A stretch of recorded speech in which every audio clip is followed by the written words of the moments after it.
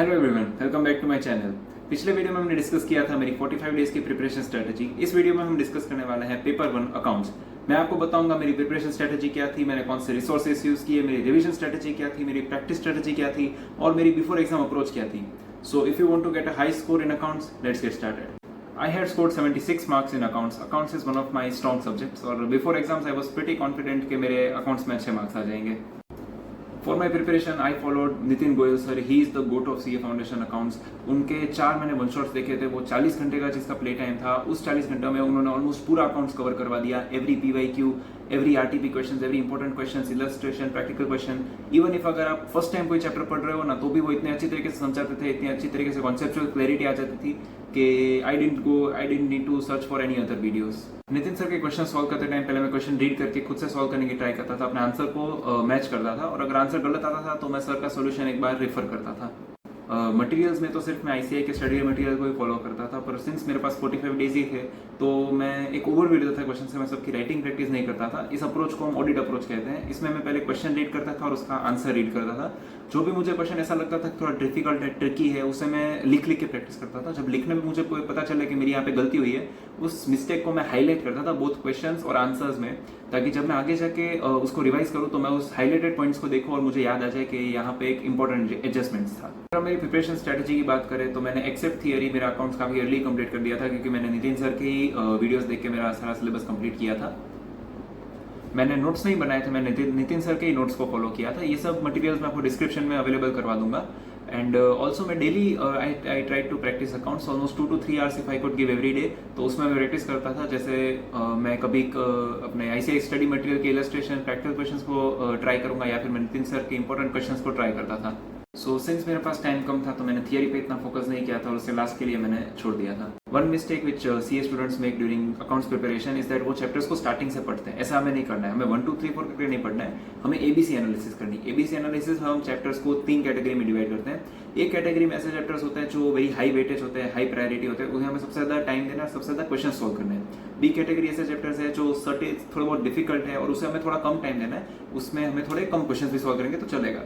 और C category ऐसी category है जिसमें आप अगर उसको स्किप करोगे वो चैप्टर्स को तो भी चलेगा, बिकॉज उनके हाई वेटेज क्वेश्चन आने के चांस बहुत कम होते हैं। सो A कैटेगरी में मैं इन चैप्टर्स को पुट करूंगा और प्लस मैं ये भी कहूंगा कि चैप्टर्स जैसे कि कंपनी अकाउंट्स का unit 2 and unit 5, partnership accounts का यूनिट 1 एंड यूनिट 3, इन ये ऐसे चैप्टर्स हैं जिन्हें मैं A+ कैटेगरी में पुट करूंगा, because these are very important chapters. इनमें से हाई वेटेज के क्वेश्चन आ जाते हैं। और चैप्टर्स जैसे कि बैंक रिकंसिलिएशन स्टेटमेंट और रेक्टिफिकेशन ऑफ एरर्स, इसमें भी ऐसे चैप्टर्स जिसमें बहुत बार 10 मार्क्स के क्वेश्चन आ जाते हैं and these are very easy to answer और आपका ये पेपर में बहुत टाइम बचा सकते हैं। तो you need to also make these chapters strong.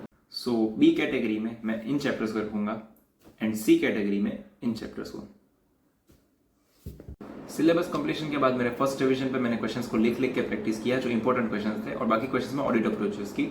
Questions को लिखना इसलिए इंपॉर्टेंट था कि इससे मुझे क्वेश्चन का कौन सा वर्किंग नोट्स बनाना है, कौन सा फॉर्मेट यूज करना है और कितना मुझे टाइम लग रहा है। मैं टाइम भी कैलकुलेट करता था, मुझे एक क्वेश्चन सॉल्व करने में कितना टाइम लग रहा है उसका मुझे एक आइडिया मिलता था और मैं अपना टाइम मैनेजमेंट बेटर तरीके से कर सकता था। मेरे सेकंड रिवीजन में मैंने थियरी की पढ़ाई स्टार्ट करी थी। मैंने नितिन सर का ही वन शॉट देखा था थियरी का, और जो भी डिफिकल्ट क्वेश्चन थे उसे मैंने फिल्टर आउट करके उसकी राइटिंग प्रैक्टिस करी और बाकी के क्वेश्चन को फिर मैं ऑडिट अप्रोच मैंने कर रखी थी, उसका मैंने जो हाईलाइटेड पॉइंट्स थे वही मैं एक बार रेफर कर लेता था। जो भी हाईलाइटेड एंड डिफिकल्ट उसमें एडजस्टमेंट्स थी उसे मैं एक बार ऊपर से देख लेता था। लास्ट 7 डेज के लिए मैंने हार्दिक मानचंडा सर के इंपॉर्टेंट क्वेश्चंस को राइटिंग लिख के प्रैक्टिस किया था, जिसमें उन्होंने PYQ, हमारे बुक के इलस्ट्रेशन और हमारे बुक के जो प्रैक्टिकल क्वेश्चंस जो भी इंपॉर्टेंट है जिनका एग्जाम में आने का अच्छा चांस था वो उन्होंने मार्क करवाए थे, वो मैंने लिख के प्रैक्टिस किए थे।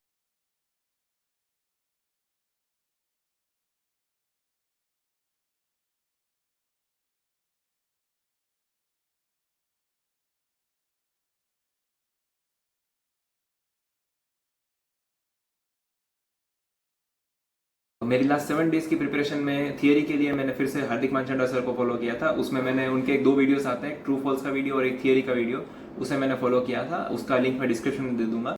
For my paper writing practice मैंने किसी पर्टिकुलर टेस्ट सीरीज को तो नहीं फॉलो किया था, मैं मॉक टेस्ट पेपर्स और प्रीवियस ईयर पेपर्स देता था। उसको देते नहीं, मैं खुद को टाइम भी करता था ताकि मुझे पता चले कि मैं 3 घंटे में कितना पेपर लिख पाता हूँ या मेरा कितना पेपर छूट सकता है और मुझे कितनी स्पीड बढ़ाने की जरूरत है। एग्जाम हॉल में मेरी यही स्ट्रेटेजी थी कि मैं पहले वही क्वेश्चन अटेम्प्ट करता था जो मुझे सबसे ज्यादा आते हैं। फर्स्ट और second question would be the one that I know the most, क्योंकि उसमें हम कम टाइम में ज्यादा मार्क्स स्कोर कर सकते हैं और एग्जामिनर पे एक अच्छी इंप्रेशन भी पड़ती है।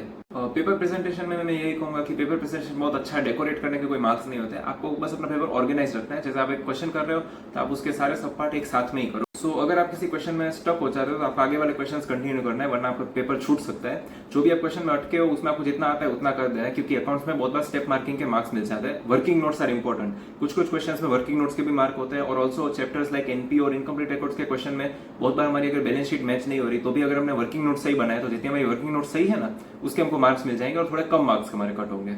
मैं ये रिकमेंड करूंगा कि आप एग्जाम हॉल में 2 कैलकुलेटर्स लेके जाओ और प्रेफरेबली सिमिलर कैलकुलेटर्स लेके जाओ। और एग्जाम से पहले आपको ट्राई करना है कि आप अगर नया कैलकुलेटर लेते हो तो सिमिलर कंपनी का कैलकुलेटर लेना, क्योंकि आपका हाथ उसमें एडजस्टेड होगा और आपको ईजी रहेगा कैलकुलेशन करने में। So that's it for today's video. In the next video of the series, I am going to talk about paper 2 business law and how I scored 68 marks in such a theory heavy subject. So see you in the next video.